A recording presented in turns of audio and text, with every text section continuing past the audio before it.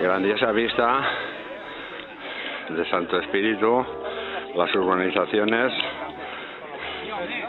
desde la Redona, la famosa Redona. Allá al fondo, Puerto de Sagunto, allí en medio donde están los compañeros para la foto, el castillo y el resto de compañeros que hemos subido hasta aquí arriba,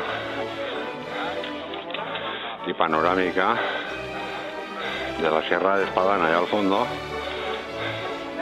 Y aquí hacia la izquierda pues tenemos el Garbí, que desde aquí se aprecia la ermita que hay en la parte de arriba.